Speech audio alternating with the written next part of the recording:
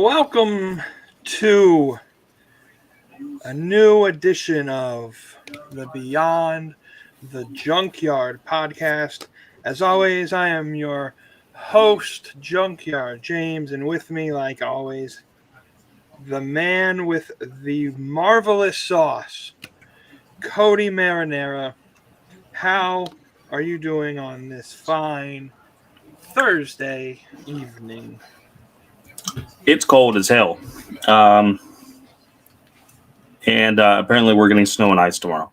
That's going to be great. So this may be the last podcast ever, depending on how far of a drive I have. Yeah, other than that, doing good, sir. It's playoff weekend, not just for the NFL, college football as well. Got the Orange Bowl going on as we are live. And as you can see, I'm decked out in my Commanders gear. First time I made the playoffs in 4 years. First time under the new name. It only took 3 years under the new name to get to the playoffs. So hey, listen, even if we lose this weekend, it's been a hell of a year. But so I had to show the support. How are you doing, sir? It's been a pretty good week so far. Been a little busy. This is the first week I've had to work a 5-day work week in 3 weeks. So 4 weeks. I think I've had a day off, a day out of my schedule off about 3 weeks in a row now. 4 weeks in a row now. So adjusting to having to work 5 days a week because tomorrow is Friday. And yeah, but other than that, it's a good day. Not looking forward to the monsoon of ice that we're going to get.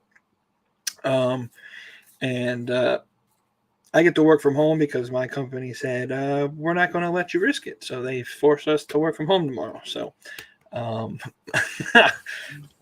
you. Yes, sir.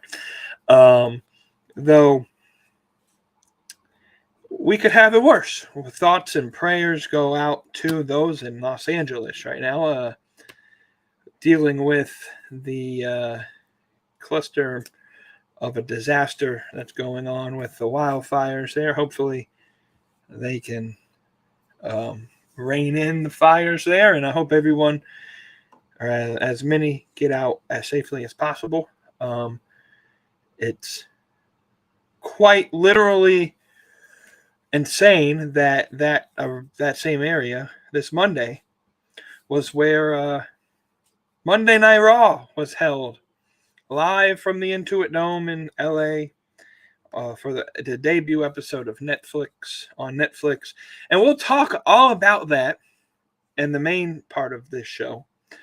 Our thoughts, the good, if there was any, the bad, if there was any, and just everything in between about the Netflix debut. Join us in the chat and we can have a good conversation about Monday Night Raw. Speaking of WWE, we're heading into WrestleMania season, and I might have to start playing the rap on the video again from last year. Go to the link in our description, WWE shop, and get you some merchandise using our link and help support the podcast. Go to this beautiful website in the bottom left corner of the screen, beyondthejunkyard.com, and get you a Beyond the Junkyard shirt. Help support the podcast that way. All the other affiliate links and stuff are in the show notes or the description in the bottom there. But before we get to Raw, I thought this isn't the Beyond the Junkyard podcast if we don't talk a little bit about AEW. And Collision was last night. I thought it was actually a pretty solid episode of Dynamite last night. We had a new commentary team that I actually thoroughly enjoyed. Some pretty good wrestling. And I have a theory, and I want to get your opinion on this, that Will Ospreay is setting to rebuild the United Empire that Kyle Fletcher destroyed. And I think Buddy Matthews and Brody King will play a major piece in teaming and forming this new stable. This obviously comes with the rumors that Malachi Black is seemingly done with AEW. His contract has, from all knowledge known, has expired. And so I'm not the biggest fan of just moving people from one stable to the next. But Ospreay and Buddy Matthews and Brody King would be a pretty unbeatable trios team. So thoughts on this? Is the United Empire getting retooled?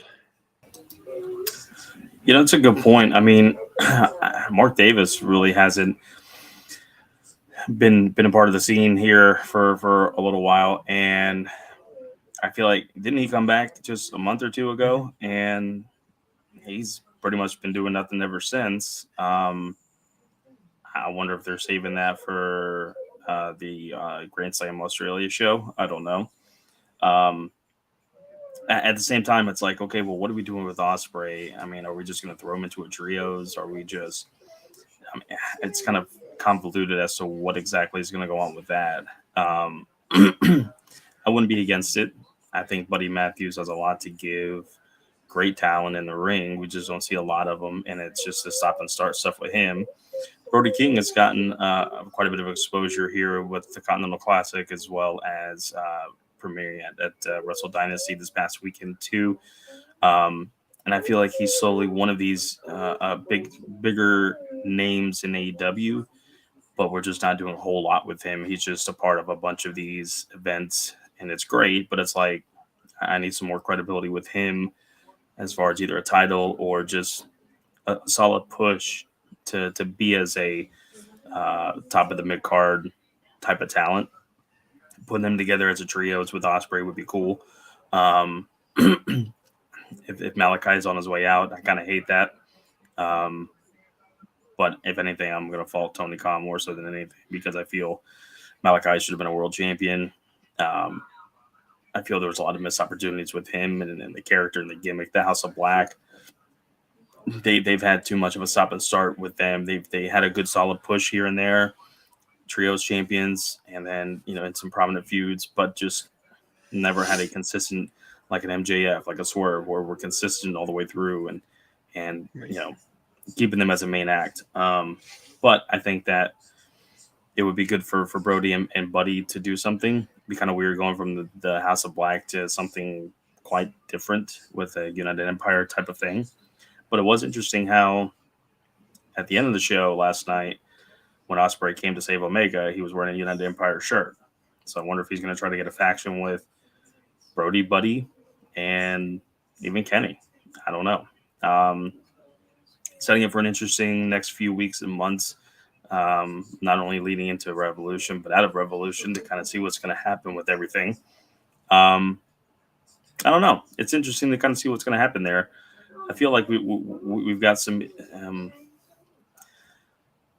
I don't want to say confusing situations, but we've got some intriguing situations that I'm not ready to put the cart in front of the horse and say, I don't get it. I want to let it play out for the next couple of weeks. But yeah, I thought overall it was a very good episode of Dynamite last night and kind of showcased what AEW does well. And as we get into the Raw review, I'll have one motto that kind of sums up between WWE and AEW as a whole. We'll get to that in just a little bit, though. Yeah, absolutely. The House of Black, I kind of agree with you there. They really miss an opportunity with Malachi to put the TNT title on him back in 2021, I think it was.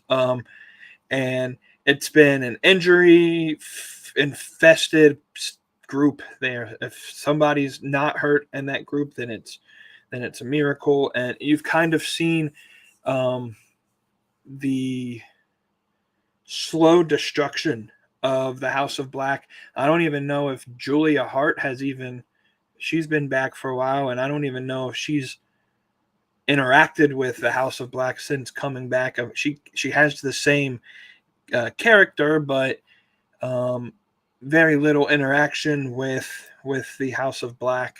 And so I wonder what they do with Julia Hart going forward, and Buddy and Brody and Malachi. He's a really good wrestler, and he's just kind of on the back end of his career. And so I don't know if I guess he could go back to NXT or WWE, but I don't think he'd be a main card act there either. So I don't know what this means for Malachi Black, but if this is the end, there's been opportunities that were squandered for him, and I wish that there was a couple stories were told a little bit differently, and that he had a little bit more of a championship infused run in AEW. But to the contrary, it seems like January of every year they say Malachi Black is leaving and he ends up staying. So who knows? Maybe this is just dirt sheets trying to start mess again. So I guess we'll have to keep it until it's official. I guess it's just a rumor and innuendo, as Conrad would say. Speaking of Conrad and Eric Bischoff, did you see Eric Bischoff is showing back up in MLW in a couple weeks?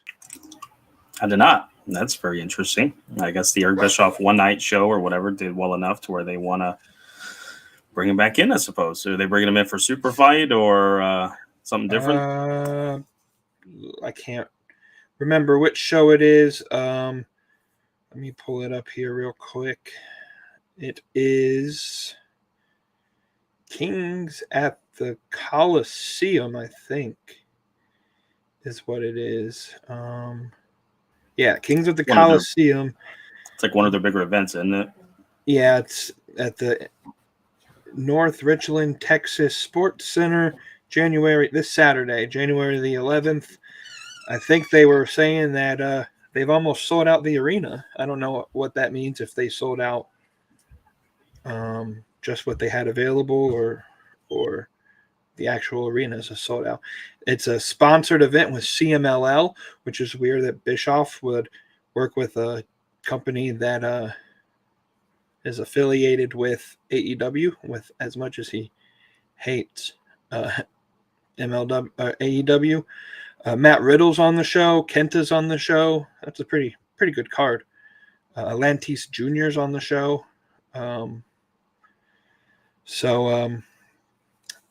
There's that. Eric Bischoff is back in pro wrestling, I guess. I guess the Blue Chew ads were not paying the bills for him. But or they've moved on, because it seems like Blue Chew has blown up and all the content creators are promoting him now. But yeah, let's get to the Monday Night Raw this week. I guess my main question is, when's the last time you watched a full Monday Night Raw? It's been probably, I don't even think I watched the full Raw after Mania last year. It's probably been at least 2 years. I would say safely probably at least a good 2 years. So for me, I've watched bits and pieces throughout the last couple of years. And here recently, I've watched more of it. I kind of know some of what's going on. But I haven't watched as intently as I would a Dynamite, and probably since AEW was created, I would say, 5 or 6 years ago. Being fully attentive on watching the show. And I decided, all right, we're showing Netflix. Let's see what this new era of WWE is going to bring. And I don't know how you felt about it. I don't know your full thoughts. And I've said a few things in some group chats that we're in, but I haven't shared really the kind of the full depth of how I felt about that show. I kind of felt like it was just a just another day at the office, nothing really special kind of episode of Monday Night Raw. But I know you were saving your thoughts for this podcast. And so before I give you my part, my thoughts, I'm going to let you have the floor, my friend, and share what you got to say in your review of Monday Night Raw.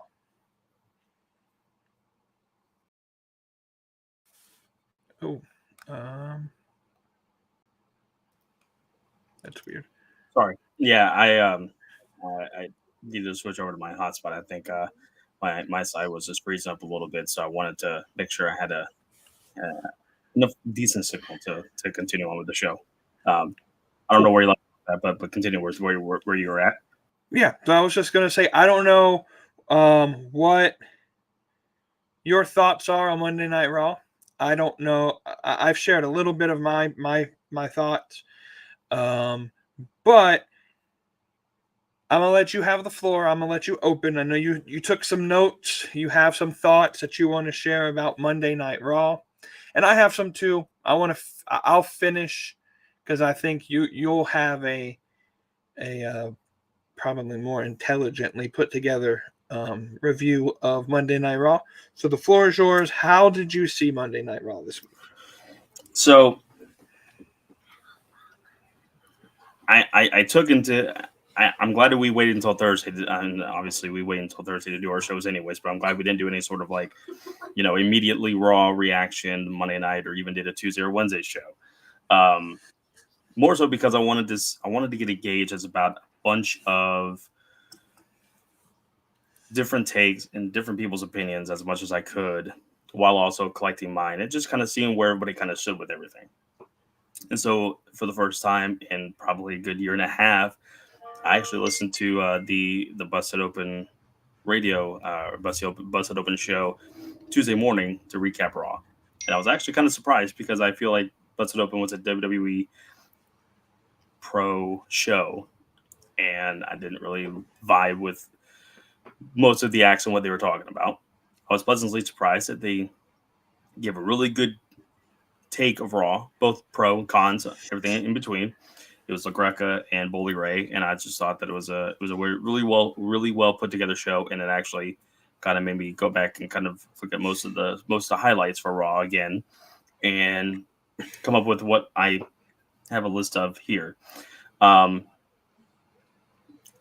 biggest thing that I want to take away from Raw is 2 big points, and I have a bunch of things in the middle, so I'm gonna kind of give my 2 biggest thoughts. And I'm going to bring it back over to you to kind of let you have your side of it. And then maybe I'll kind of fill in the rest of my type of things. We can kind of have a little bit of a back and forth here. So my biggest takeaways was the production was fantastic. It's WWE. They are going to be the leader in the sports entertainment game as far as the production. And they outdid themselves on Monday. The drone shots coming from outside the arena into the Intuit Dome live, and it wasn't like a pre-tape thing. That was really cool. Doing it for Jey Uso's entrance was awesome. They definitely made him feel like a main event type of star with his interaction with Travis Scott, the entrance, the crowd going crazy. They did a really good job with that. So the production side of things was fantastic. And going along with that, the Intuit Dome was the perfect location for this show, with as new as it is, the technology that it has inside the arena, and just the newness in the way that it looks. It looks almost like a mini SoFi Stadium with the way that arena is laid out. And I thought it was a perfect location for them. They intertwined so well together from a production standpoint, and the look of the arena, the look and the feel of the crowd really made it feel very big. For 17,000 people, it made it seem like there was a lot more than what was inside the arena. So I give credit to WWE, give credit to the Intuit Dome.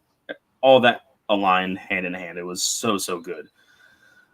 My second biggest takeaway before I kind of get into the nitty gritty other things, and then, like I said, I'm going to save this point and I'm going to give it back to you.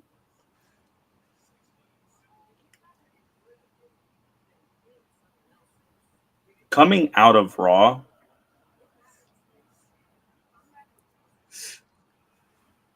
I feel WWE did a horrible job at promoting, advertising, showcasing their world champion. When the first appearance of Cody Rhodes happens in the first 15 minutes of the show, he's sitting, I guess, front row. It's almost behind the announcers. It's not as if he's front row camera side, hard cam. It's front row near the announcers. And we get a little nameplate of, oh, yeah, that's the world champion, by the way. The Rock's in the ring. He's not a full-time wrestler. He's part owner of the company. Uh-oh. What just happened? Okay. All right. That was weird. My computer just kind of glitched on me there. I don't know what's going on. My video's going crazy. I don't know what happened. I may have to refresh again. I'm going to say this quick point, and then I'm going to refresh my computer. We got Cody in the crowd. Rock kind of, gives him a good – he's been great for the company over the last year. This and that. Hey, don't forget to tell Mama Rose to say hi. Little side jab there. And then we see him the next segment with his theme music. He runs down in the bloodline match between Roman and Solo. And that's all we see of Cody for the rest of the night. That, to me, is a pretty bad job of promoting and showcasing your world champion. He doesn't even get his big entrance with the crowd going crazy, singing along to the song, the pyro, the championship belt. It was almost as if he's not the world champion. Like, I just feel we did a really bad job. Well, I'll do you one more on that point. Cody's not even the he's not even the Raw champion. Got him back on here. I was going to say, I'll do you one more on that point about Cody Rhodes. Cody's not even the Raw champion. Gunther is the Raw champion. Yeah. And all Gunther got was a promo package. He wasn't even in the arena. So, yeah, their promotion of their champions or their world champions probably could have been a little bit better there. I know you said you were going to throw it back to me. I'll take my few takeaways of this show were, I thought it flat out sucked. Like, I watched because it was on Netflix, and I wanted to see John Cena, and he was there. I wanted to see they built so perfectly a pay-per-view quality card. I wanted to see, could they actually execute a really good episode of Raw? And to me, this was more The Rock and WWE giving the Netflix executives the 5-knuckle shuffle, because the entire night, almost to the point that it was vomit-inducing, every promo started with, "We got to thank Netflix for this opportunity," and they showed the goofy white executives that obviously don't give a damn about the wrestling. They only are there because they know this is a good opportunity to make some money from the WWE.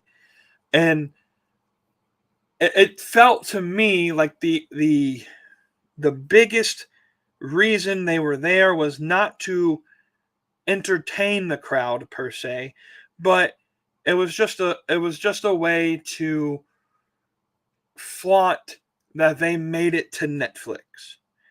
And the cringiest part was when The Rock came out and did his promo at the beginning, and it wasn't the final boss, it was the Yes Man executive that came out to do his introductory promo.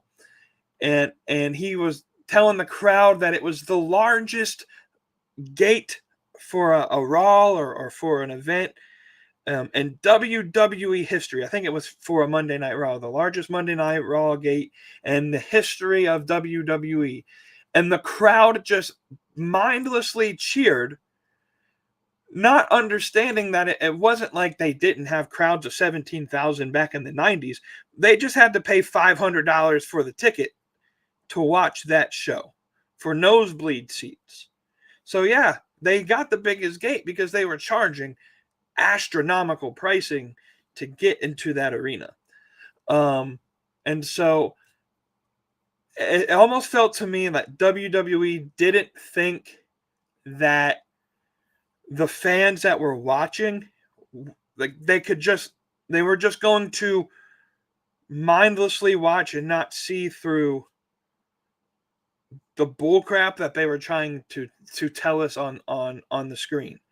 And then my second point was this was the best opportunity that WWE had, because I know several people who exclusively watch AEW simply because they felt abandoned by WWE back when AEW was created, and AEW tickled their fancy when it came to their style of pro wrestling, that tuned on Monday Night Raw for the first time in several years.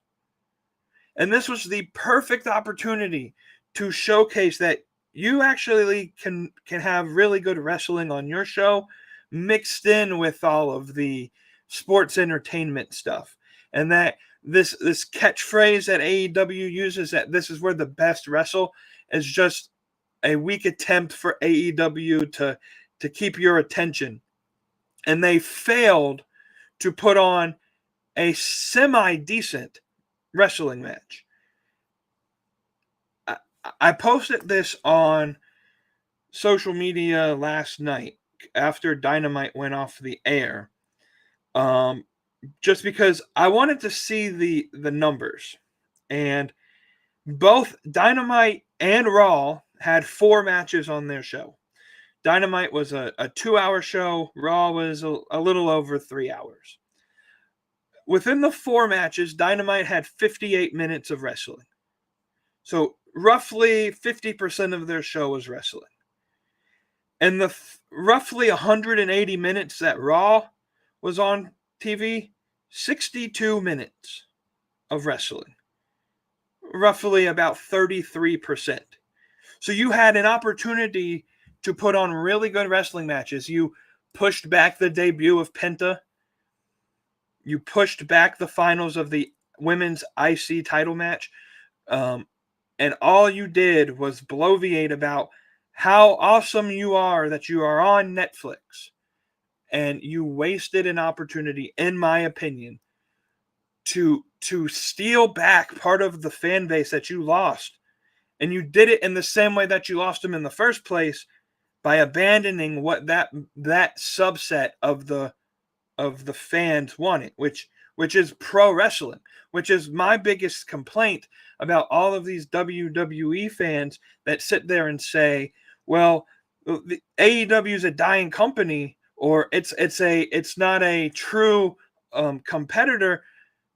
For the past 6 years, they never stated that they were trying to overtake WWE or be number one. They were always meant out to be this alternative, that in a world where the big dog focuses on sports entertainment, we'll put the wrestling in pro wrestling, and we'll give you really good matches. I thought, going back to Dynamite last night, that Buddy Matthews and Will Ospreay was better than the entirety of Monday Night Raw. And their match lasted roughly 17 minutes or so. So I thought they did a better job in 17 minutes than what Raw did overall in 3 hours. Because it felt like the first match happened, and then there was 45 minutes of bloviating about all the celebrities in LA that decided to show up, and they made it seem like they paid their hard-earned money to get in, but you know that that they were putting special seating so that they can show them on camera. And look, X, Y, and Z is at this show, and it's the biggest thing on the world. But you're abandoning the wrestling. You're abandoning building new stars. Hulk Hogan and The Undertaker have to show up, but God forbid we actually put on an important wrestling match in the biggest show in the company's history in the last decade. That's just kind of my biggest takeaway from Monday night. And those are all fair points. They are. I would say that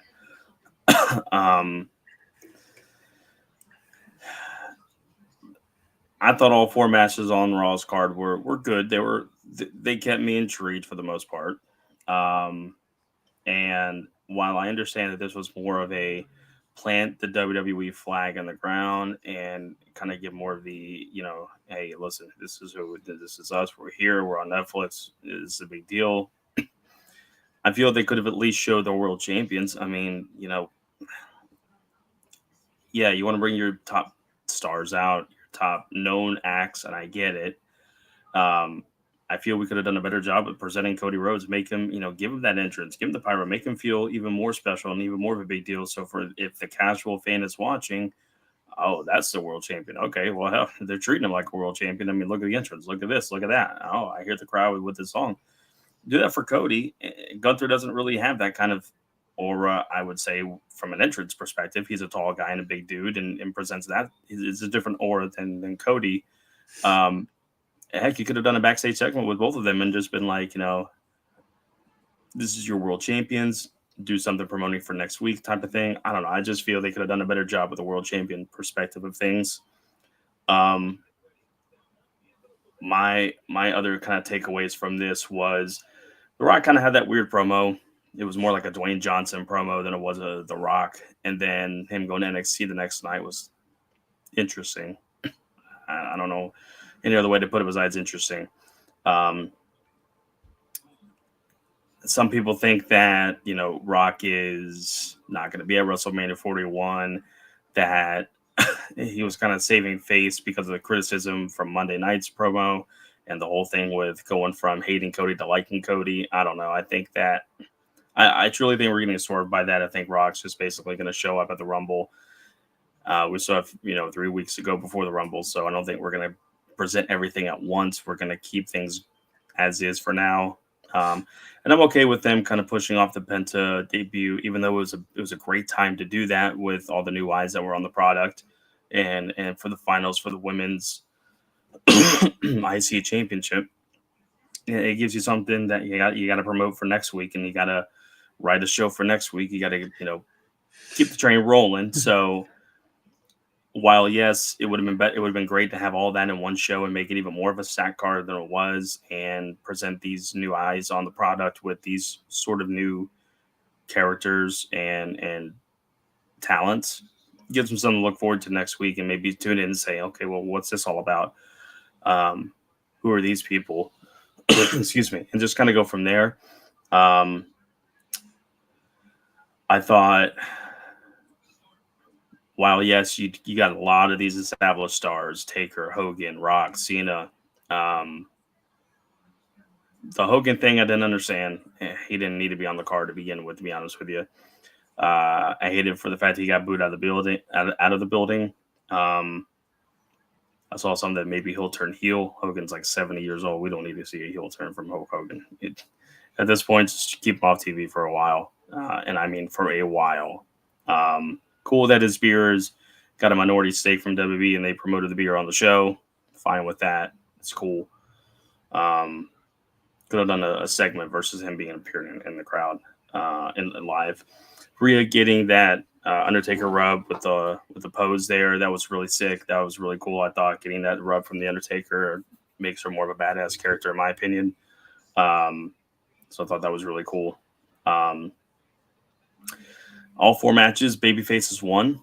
Kind of a WWE thing is that maybe sometimes, with these biggest shows, you're going to kind of promote the babyfaces, the good guys, and just create a very big positive atmosphere for the show. Most eyeballs, biggest show. make the baby faces win, get the crowd really going for them. So I thought that was interesting as well. Let's see, what else did I have up here? Oh, Cena's promo was kind of cool. Him announcing Final Rumble appearance. I think we all kind of saw that coming. I'm predicting him to win the Royal Rumble. I think it'll be him and Cody at WrestleMania. That's my take. That's my opinion on it. I can see it being Rock and Cody at WrestleMania. I don't know. I think it's gonna be Roman and Rock at WrestleMania for the final boss type of thing. To me, Vegas is the perfect setting for this. I don't know where they're going to be at next year, but I just feel that this is it's shaping up to be a perfect overall atmosphere for that match. And Cena and Cody would be the same thing. Perfect opportunity, perfect scene for that final WrestleMania for Cena. Let's see, what else did we get? 2 more quick points. So Punk main events, arguably the biggest and most important Raw, I would say, in history, right? Would you say, and if you watch Triple H's post-Raw press conference, he kind of alluded to this, that the scene was kind of a WrestleMania feel all day backstage, and this thing was kind of hyped up as big of a WrestleMania, if not bigger, to be honest with you. Would you say that CM Punk main eventing arguably the biggest and most important episode of Monday Night Raw ever was as big or bigger than a WrestleMania main event?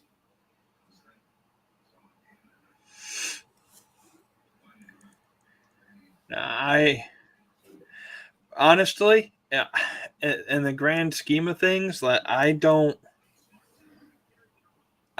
can't equate the two.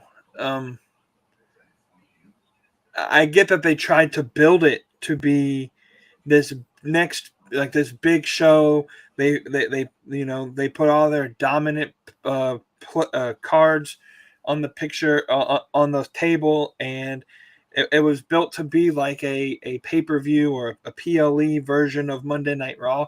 But I can't equate that it's equal to WrestleMania, because WrestleMania is the top of the WWE landscape. And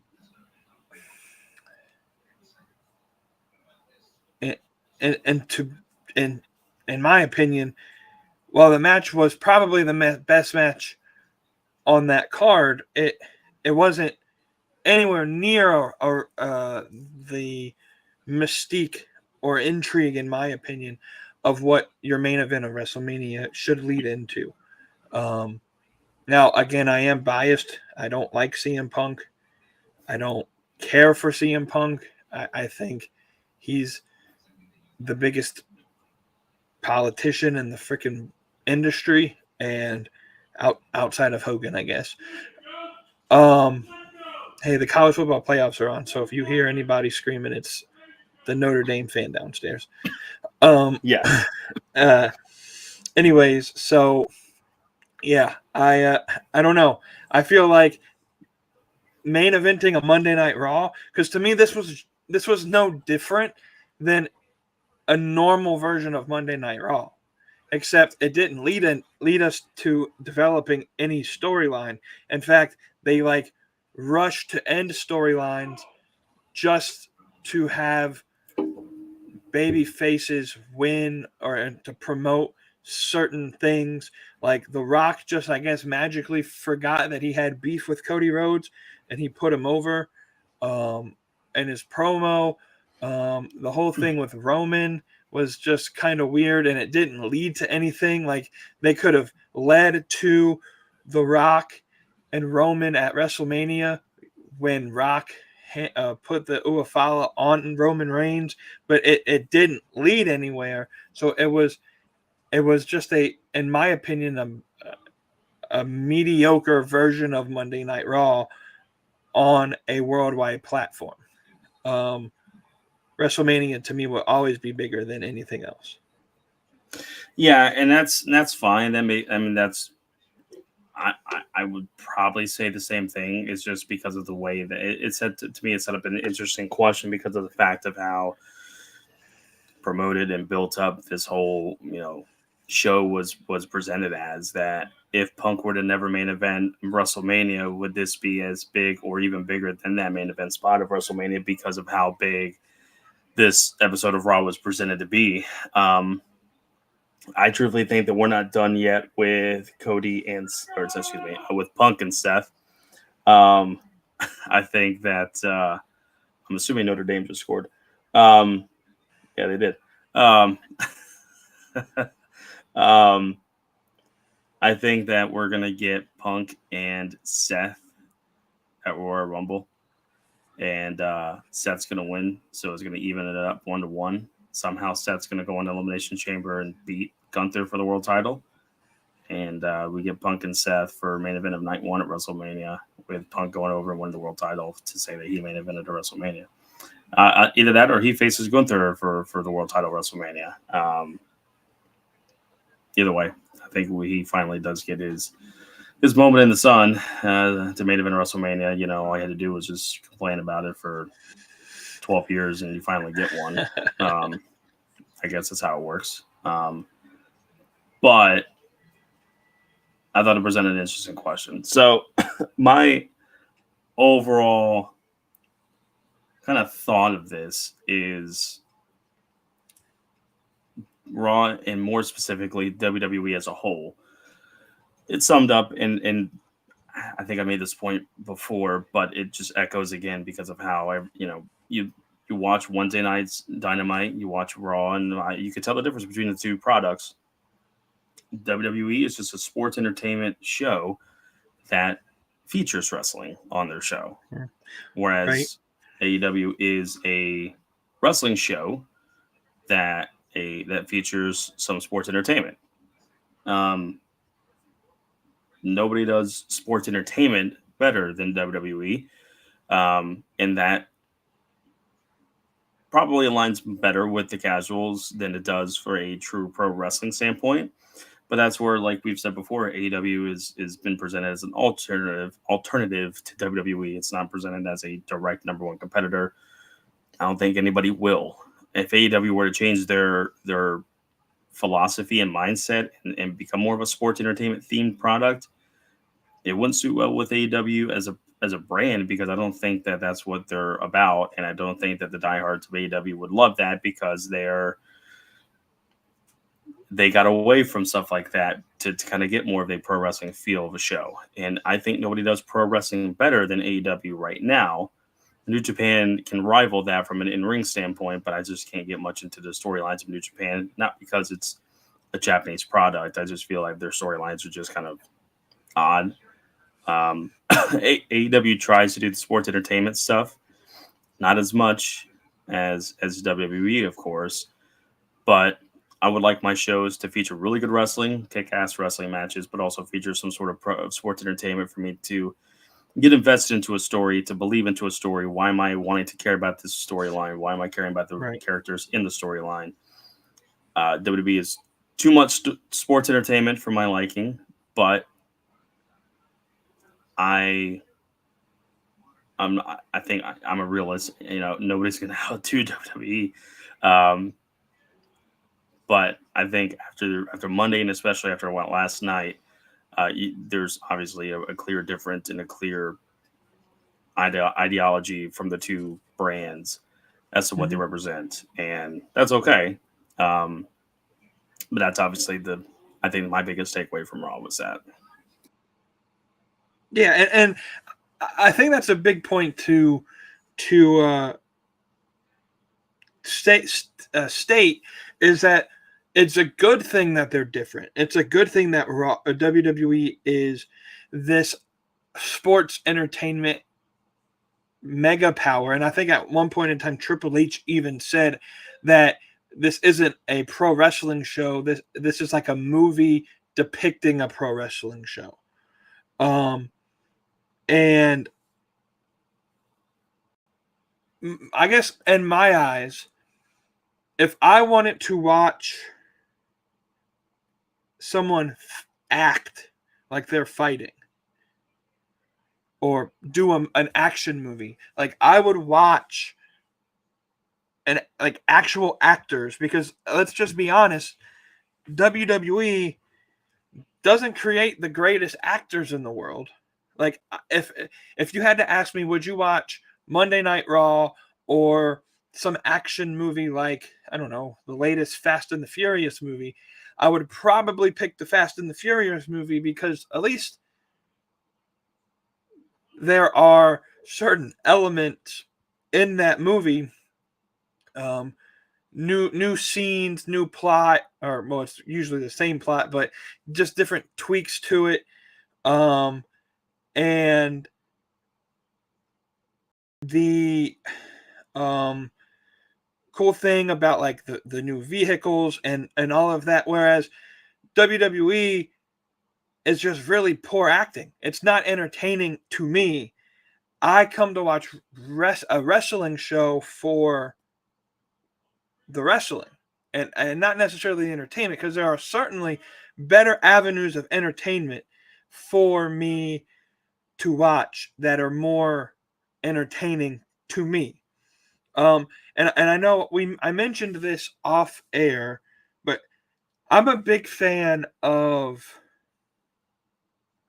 cage match, and I know a lot of people hate it because they feel like it's really kind of skewed to a certain biased view, but cage match, in my opinion, is a really good sample of what the actual wrestling fan base feels. It's almost like Rotten Tomatoes or IMDb and the entertainment world. And we're about a week out from Monday Night Raw, and the reviews on this episode are almost all the same. And again, I get it that this is probably not a big facet of, like, you're probably not a casual fan commenting on a cage match board. But like the comments are basically the same. Pacing was terrible. Every match had the same formula. Too many commercials. The segments outside of the matches were just filler. Matches weren't great. And it's like, I don't know. I get it. WWE has a different model than AEW does, and that's a good thing. But it seems like the wrestling fans, at least online, were more entertained with last night's episode of Dynamite than they were with Monday Night Raw. And yes, the viewership may not show, but I think this stuff matters, because it's the actual feel of how people online understand and take in this content. And so I get it. Almost, to me, it feels like WWE is willing to I guess abandon the wants and desires of actual wrestling fans for a quick buck, or the next big entertainment segment, or whatever they think is quote unquote best for business. And look, I can't say that WWE is not thriving. They're the best it's been in at least a decade. But I don't know. Like, the fact that if me saying that I didn't enjoy this episode will get me a lot of hate from the WWE fans. And it's not that I hate WWE, it's just not my thing. It's not my style. And it's like, I don't know. The AEW, to me, depicts what I envision pro wrestling to be. Like, what got me back into pro wrestling was the original version of Black and Gold NXT, which is essentially what AEW is. A lot of focus on the in-ring work. I honestly could care less about whatever the story is leading into the show. Tell me a story in the ring. keep me interested in the match. And especially if I'm there live in the crowd. If I had to pay $400 to go to that episode of Monday Night Raw live, and I saw 4 matches that were very crappy, and the rest of the show they were bloviating to some billionaire up in the press box, like I would have gone home pissed as fuck. Like it really irritated me that I paid a lot of money to watch a really crappy show. And so I don't know, we got some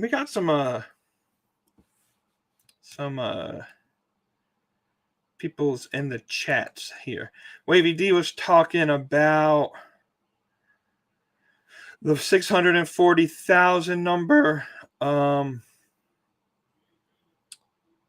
So yeah, that 640 number, that was just TV audience and a specific subset of smart TVs that company is sponsored with.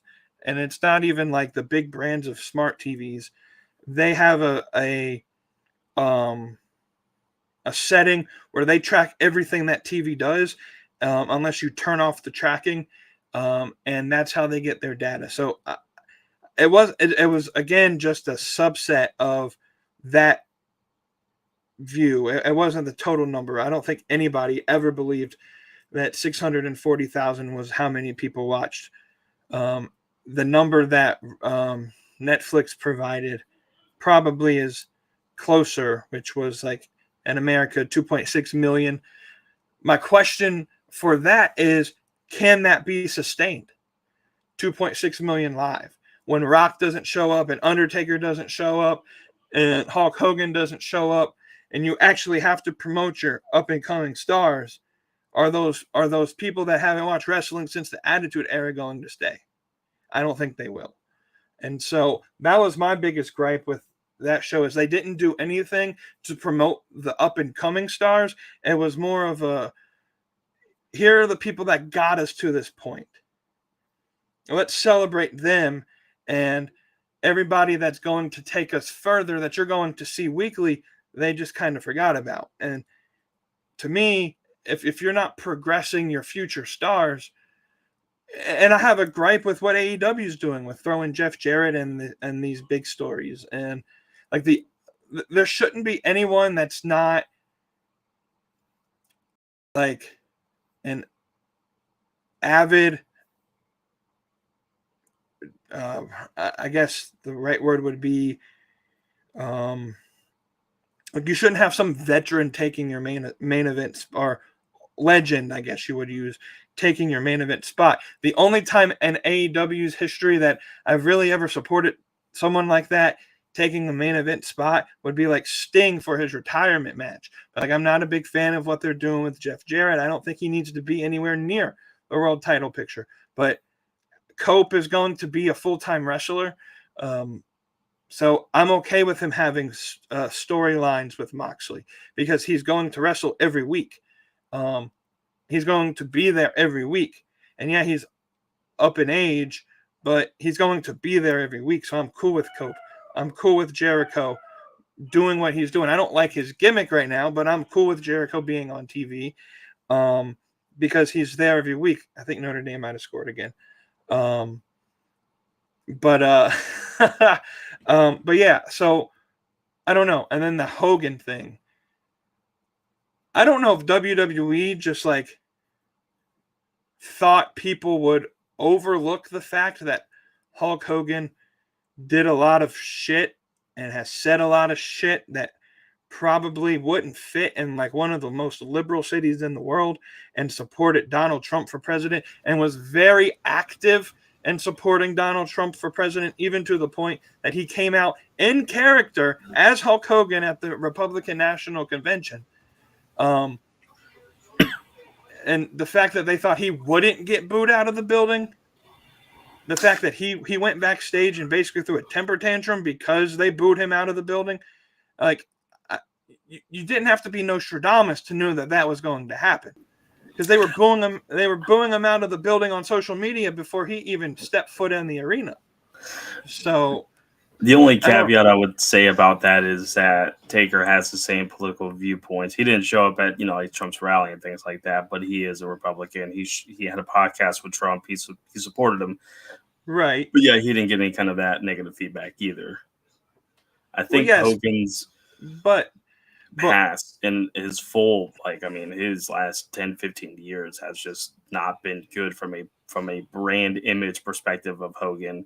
And I don't mean because of the politics. I mean, go back with when his son had that really bad wreck, and that guy has been in a assisted living for the rest of his life. John Garradino, I think his name was, or something like that. And had those racist comments, and then just his outlandish stuff that's happened with him over the last 10, 15 years has done him no favors. And I think people are just whatever about him. I don't know. I don't know. but to the point of Taker and like Kane and all of them having the same political views, I don't necessarily think the politics are what has really ticked people off. But even so, like, I believe Undertaker his podcast isn't like, he doesn't go by Undertaker in that podcast. He goes by his real name, like Mark Calloway. And Kane, when he does his political stuff, it's under his actual name. So he's out of character, where Hulk Hogan does everything in character. He's Hulk Hogan. He promotes himself using his character. And I think that's what kind of is the difference between Hogan and all of these other people, is he's making all of these statements as Hulk Hogan and not Terry Bollea. And so maybe people have a point that there has to be some sort of separation between character and the actual person. But when you're out there promoting yourself using your character, it's kind of hard to make that dividing line. I guess we'll end on this note. Are you going to watch Monday Night Raw next week? I'm probably going to tune in for a little bit. I'm not going to lie. I want to see what the follow-up, at least for, I may not watch the entire show, depending on if it keeps my actual interest, but I want to see how they follow up from that big of a show with that much hype around it to now kind of go back to your regularly scheduled programming where there's not all of those big talent names and things like that, and you're kind of getting back to your storylines and your development of your characters and your stories leading up to the Rumble and leading up to WrestleMania season. I'll probably watch it for a little bit just to kind of see what it looks and feels like. I'm sure the production, I'm not worried about that, but just from a show flow, from a storyline perspective, what the matches look like, character development, I'm probably going to watch a little bit just to kind of see what it feels like the week after that big of a show. Right. Yeah, I'll probably tune in because I want to see Penta. If it's actually him. They haven't officially confirmed it with Penta, but it was weird. I think they botched what they wanted to do with him, because they showed that like little vignette where it said Penta. So like people know he's coming. And then they ran that weird promo with Chad Gable and Adam Pearce. So I have a feeling it's Penta, but knowing WWE, they have people's attention that they think it's going to be Penta, and they're probably going to drag it out for like 2/3 of the night to get people to watch, and then Gable will come out and it's someone like Dragon Lee or something like that, and it's not Penta, and then that'll piss a whole lot of people off. But I'll probably tune in to see if Penta shows up. I kind of am interested in the Lyra Valkyria and Dakota Kai IC finals match. So maybe their tactics work, and they're going to get me to watch the entire episode next week. I don't know. There's just I'll probably have it. I'll say it this way: I'll probably have it on, but I probably won't be paying a whole lot of attention to what's going on unless they do something outside of the box to grab my attention. But yeah, and then we'll end with this. We were complaining last week that AEW wasn't doing anything for the Australia show, but we get a match next week at Maximum Carnage, a women's gauntlet match for the number one contender spot for that show for the women's title. I have a feeling we're going to get maybe one, at least one, but maybe two debuts of two new women in that show that might get a rub to fight Mariah May at that Australia show. One being an Australian herself by the name of Indy Hartwell. I think her 90 days are up. And the second being Megan Bain, if she ever decides to frickin' show up. They've been saying that she's going to show up for like a year and a half now, and no, it's never happened. So I'm interested for that for Dynamite. But any last thoughts before we head off the air, my friend? That'd be interesting to see if either one of those show up and appear. I'm glad we're finally promoting that we have a pay-per-view next month, even though we don't have the Minitron showing it or even one of the banners hanging up in the arena. We went to Collision this past Saturday in Charlotte. Pretty good show, I thought, overall, and didn't see any banners for that. Didn't have any promotion for it. I don't get it. But I'm glad we're promoting it, at least on television, a month ahead of time. That's nice. At least we're getting a month build up for a show overseas like that. Yeah, now we need more of it. We need a full press court on it is what we need, because it's an actual pay-per-view that's going to happen next month in a new market. Mm-hmm. You better make this feel more important than whatever you're doing now, because this is, it's pretty bad management of whatever they're doing for it. But yeah, it should be interesting to kind of see what happens next week with that Women's Casino Gauntlet. Interesting to see kind of what's going to be happening with the next few weeks if we get more matches and more stuff announced for Grand Slam Australia. Hobbs versus Moxley for the world title. That's interesting. Hobbs getting a pretty big push here since he's come back over the last month and a half. Pretty quick push, I would say, as well. The fun thing with that was Moxley was the guy that injured Hobbs. Yeah, and it's got some precedent for sure, which is nice. So it's not just a random thrown together match. There is some of that history there beforehand, so I'm okay with that for sure. And then Kenny and Brian Cage is going to be interesting. That's a match Brian Cage had been asking Tony Khan for 5 years now, so they finally got that match put together. So yeah, I think it'll be a good show for AEW next week. I'm interested to see what Raw does. Wavy Deep had thrown two quick questions, or I guess trivia questions, in the chat. I'm going to share them for you. Let's see if we can get these. I know I think I have the answer for one of them, but this first one I have no idea.